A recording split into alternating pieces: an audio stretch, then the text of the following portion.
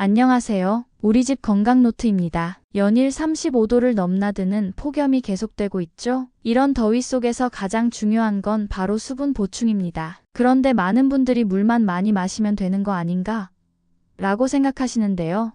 사실은 그렇게 간단하지 않습니다. 언제 얼마나 어떻게 마셔야 하는지, 어떤 온도의 물이 좋은지, 전해질은 언제 보충해야 하는지, 이런 세부적인 것들이 우리 건강을 좌우하거든요. 오늘은 과학적 근거를 바탕으로 올바른 수분 보충법을 알려드릴게요. 보건복지부의 2020년 영양소 섭취 기준과 분당 서울대학교 병원, 삼성서울병원 등 주요 의료기관의 연구자료를 토대로 정확한 정보만 전달해 드리겠습니다. 물을 제대로 마시는 것만으로도 여름철 건강을 크게 개선할 수 있으니까 끝까지 집중해서 들어보시기 바랍니다. 그럼 지금부터 무더위 속 수분 보충의 과학 함께 알아보시죠. 먼저 하루에 얼마나 많은 물을 마셔야 하는지부터 정확히 알아보겠습니다. 흔히 하루 8잔, 2리터라고 알려져 있는데 이게 정말 맞을까요? 최근 연구 결과에 따르면 이 기준은 좀 더 복잡합니다. 보건복지부의 2020년 영양소 섭취 기준에 따르면 일반적인 성인 기준 하루 1900에서 2600ml 정도의 수분을 섭취할 것을 권장하고 있어요. 그런데 이만큼을 모두 물로 마셔야 하는 것은 아닙니다. 삼성서울병원 자료에 의하면 우리 몸이 하루 필요로 하는 수분 섭취량은 2.5리터 정도 됩니다. 실제로 우리가 섭취하는 물의 양은 1.3리터로 약 7컵이고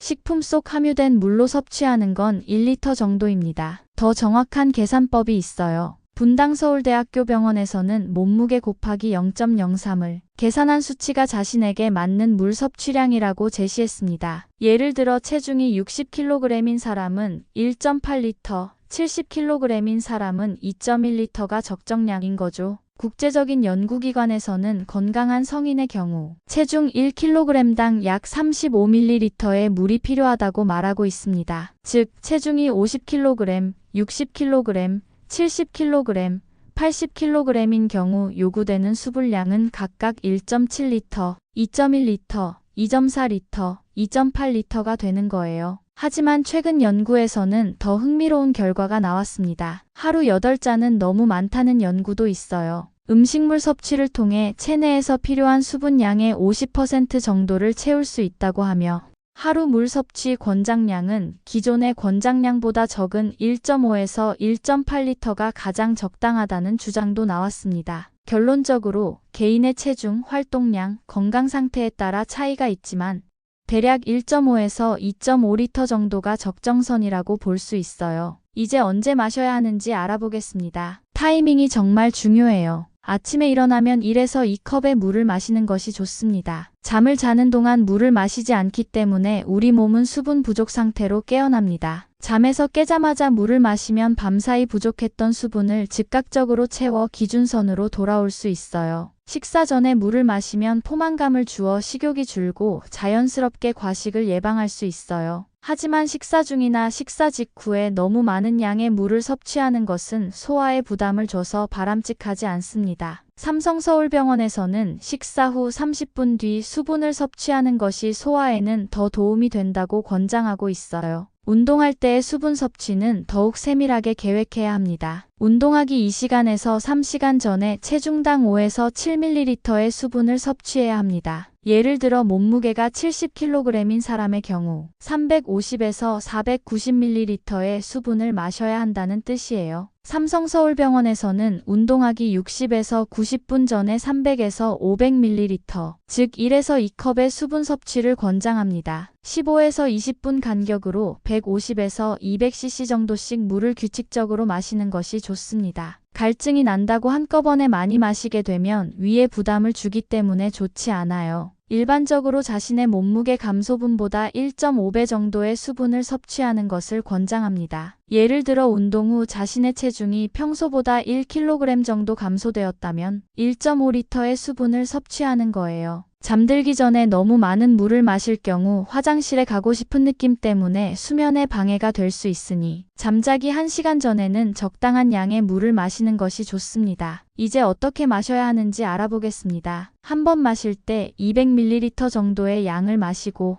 하루 섭취량을 하루 동안 나눠서 꾸준히 마시는 것이 좋습니다. 갈증이 나더라도 한 번에 마시는 물의 양은 500ml가 넘지 않도록 해주세요. 양도 중요하지만 2리터 정도의 물도 제대로 잘 마셔야 합니다. 일정량을 잘 나눠서 섭취하는 게 더욱 좋습니다. 갑자기 많은 양의 물을 먹게 되면 저나트륨 혈증, 소화장애 등을 겪을 수 있어요. 찬 음료가 따뜻한 음료보다 흡수가 빠르기 때문에 15에서 21도 사이의 시원한 온도의 음료를 마시는 것이 좋다고 국민건강지식센터에서 권장하고 있어요. 하지만 너무 차가운 물은 주의해야 합니다. 기관지가 예민하거나 소화기관이 좋지 않다면 찬 기운에 기침 발작이 나타날 수 있고 소화기관에 자극을 줘 배앓이를 유발하기도 합니다. 여름철에 운동할 때는 미지근한 물을 마셔주는 걸 추천합니다. 미지근한 물은 조기 노화를 방지해주는 역할을 하거든요. 나이가 들면 중추신경의 기능이 저하되어 갈증을 느끼기가 어려워집니다. 노년층의 경우 신장의 수분 재흡수율도 떨어지기 때문에 목이 마르지 않더라도 매시간 물을 마시도록 해야 합니다. 물만 마시면 되는 게 아니에요. 전해질도 함께 고려해야 합니다. 전해질은 나트륨,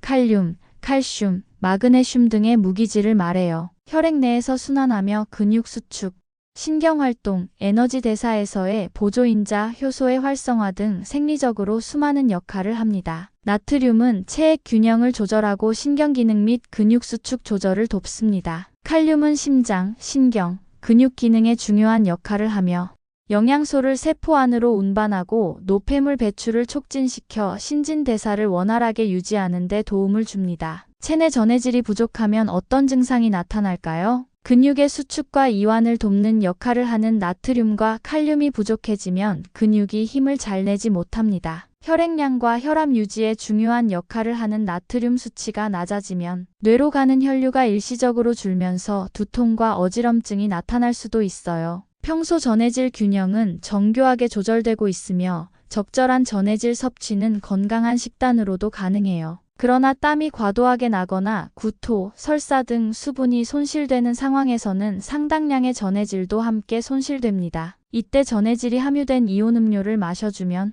체액과 비슷한 삼투압을 맞출 수 있기 때문에 빠르게 수분을 충전할 수 있어요. 특히 강도가 높은 운동을 하고 있을 때 전해질을 보충해주면 근육 경련 예방에도 도움이 됩니다. 시중의 이온 음료는 당 함유량이 높기 때문에 마시기 전 꼭 성분표와 적정 섭취량을 확인해야 해요. 자연적인 전해질 공급원도 있습니다. 칼륨은 바나나, 감자, 시금치 등 다양한 과일과 채소에 풍부해요. 칼슘은 요거트, 치즈, 우유와 같은 유제품이나 생선류, 시금치나 케일과 같은 녹색 잎채소로 섭취할 수 있습니다. 호박씨, 아몬드, 검은콩과 같은 씨알류나 견과류, 콩류는 마그네슘의 좋은 공급원입니다. 수분 섭취에도 위험이 있다는 걸 아셨나요? 물을 너무 많이 마시는 것은 적게 마시는 것만큼이나 몸에 좋지 않습니다. 하버드 의대 연구팀이 연구를 진행한 결과 물을 너무 많이 마시면 혈액이 묽어지면서 체내 시스템이 무너져 두통, 구역질 등의 증상이 생겨나고 의식 장애가 발생하거나 생명의 위협이 생길 수 있다고 합니다. 이를 저나트륨 혈증 또는 물중독이라고 해요. 혈액 속의 나트륨 농도가 평소보다 낮아지게 되면 체내 전해질 농도가 달라지고 농도가 같아질 때까지 삼투압 현상이 지속됩니다. 이때 발생하는 압력차 때문에 체내 세포가 압력을 견디지 못하고 붓거나 심할 경우 터지기도 해요. 증상으로는 두통, 호흡곤란, 현기증, 구토, 근육경련 등이 있으며 정도가 심해지면 호흡곤란, 폐부종, 뇌부종이 발생하기 때문에 혼수상태 또는 사망으로 이어질 수 있습니다. 서울 아산병원에 따르면 혈청 나트륨 농도가 125mmol/L 이상이면 대부분 증상이 없지만 125mmol/L 미만에서는 두통, 하품, 졸음증, 구역, 가역성 실조, 발작, 혼수 등이 뇌부종의 결과로 나타날 수 있다고 합니다. 반대로 수분이 부족해도 위험합니다. 우리 몸의 3분의 2는 수분으로 이루어져 있고 체중의 3에서 5% 정도가 되는 수분이 소실되면 금방 탈수 현상이 일어나게 됩니다. 분당 서울대학교 병원 자료에 의하면 체내 수분이 1에서 2%만 모자라도 심한 갈증을 느끼며 5%가 부족하면 혼수 상태에 빠진다고 해요. 10%가 부족하면 심근경색과 심장마비 가능성이 증가하고 20% 이상의 수분을 잃으면 생명이 위험할 수 있습니다. 탈수 증상을 인지하는 것도 중요해요. 수분이 부족하면 뇌에 충분한 혈액과 산소 공급이 이루어지지 않아 두통이나 어지럼증이 나타날 수 있어요. 뇌 조직은 70에서 80%가 수분으로 구성되어 있기 때문에 체내 수분이 1.5%만 부족해도 집중력과 기억력이 저하되면서 두통이 발생할 수 있습니다. 수분을 많이 섭취하는 게 건강에 도움이 되지만 질병이 있는 경우라면 수분을 많이 섭취하는 게 오히려 좋지 않을 수 있습니다. 예를 들어 갑상선 기능 저하증, 간경화, 신부전증 등이 있다면 수분 섭취를 조금 줄이는 게 좋습니다. 신부전 때문에 심장의 수축력이 떨어져 혈액을 충분히 내보내지 못하는 상태라면 물을 많이 마셨을 때 혈액량이 늘어나 혈관 압력을 높일 수 있어요. 여름철에 운동할 때는 더 많이 마셔야 합니다. 갈증을 느끼지 않더라도 운동할 때는 수분이 땀으로 배출되기에 꾸준히 챙겨서 물을 마셔주는 게 좋습니다. 일반적으로는 운동을 하면 시간당 0.75리터에서 1리터 정도의 땀을 흘리지만 여름철에는 이보다 더 많은 수분이 손실된다고 합니다. 성인의 경우 운동하는 동안 시간당 대략 1에서 3리터의 땀을 흘릴 수 있어요. 운동 후 약 2% 이상 체중이 감소되었다면 탈수가 일어날 가능성이 매우 높아요. 수분 보충은 운동이 끝난 후 2시간에 걸쳐 조금씩 하시는 것이 좋습니다. 그렇다면 어떤 음료를 선택해야 할까요? 바로 물입니다. 단순하고도 분명한 답변입니다. 첨가물이 없는 깨끗하고 신선한 물이 가장 이상적이라고 할 수 있습니다. 레모네이드, 콜라, 주스 같은 청량 음료에는 설탕과 합성 감미료가 첨가되어 있습니다. 인체는 실제 필요한 신체 기능을 수행하기 전에 이러한 화학 첨가물을 배출시키기 때문에 음료에 첨가된 산성이나 인산염은 필요 수분량을 증가시킵니다. 커피나 차, 탄산음료의 경우 이뇨작용을 일으키기 때문에 당장의 갈증은 해결하더라도 수분 배출량이 증가하여 실제로는 탈수를 유발할 수 있어요. 일반적으로 아메리카노 한 잔을 마셨을 경우 마신 아메리카노 양의 약 2배 이상의 물을 충분히 마셔야 탈수 증상을 예방할 수 있다고 해요. 알코올이나 카페인 음료의 경우 수분을 충전시키기보다는 이뇨작용을 촉진시키면서 오히려 우리 몸속 수분을 빼앗아 갈 수 있으니 섭취에 주의하시기 바랍니다. 만약 생수를 많이 마시기 힘든 분들이라면 물에 허브, 레몬,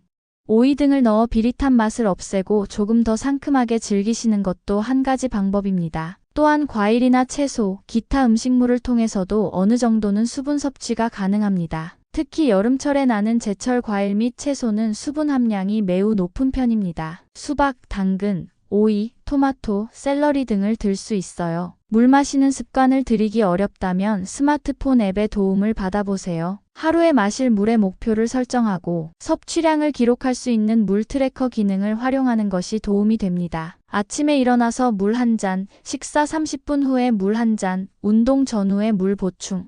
이런 식으로 루틴을 만드시는 게 좋아요. 자신의 수분 상태를 확인하는 간단한 방법이 있어요. 소변 색깔을 확인하는 거예요. 소변이 잘 나오지 않거나 색이 매우 어두운 경우에는 수분이 부족한 상태입니다. 운동하는 경우라면 운동 직전 및 직후에 몸무게를 재어보는 것도 좋은 방법이에요. 운동 전후의 몸무게가 거의 같아야 적절한 수분을 공급한 것입니다. 오늘 우리 집 건강노트에서는 무더위 속 수분 보충의 과학적 방법에 대해 알아봤습니다. 하루 수분 섭취량은 체중과 활동량에 따라 1.5에서 2.5리터 정도가 적정하고 한 번에 200ml씩 나누어서 마시는 것이 좋다는 점, 운동 전후와 기상 후, 식사 30분 후가 중요한 수분 보충 타이밍이라는 점을 기억해 주세요. 또한 물만 마시는 게 아니라 전해질도 함께 고려해야 하고 너무 많이 마셔도 물 중독이 될 수 있다는 위험성도 알아두시기 바랍니다. 가장 중요한 건 자신의 몸 상태와 활동량에 맞춰서 적절하게 조절하는 것입니다. 질병이 있으신 분들은 의료진과 상담 후 적절한 물 섭취량을 정하시는 것이 좋아요.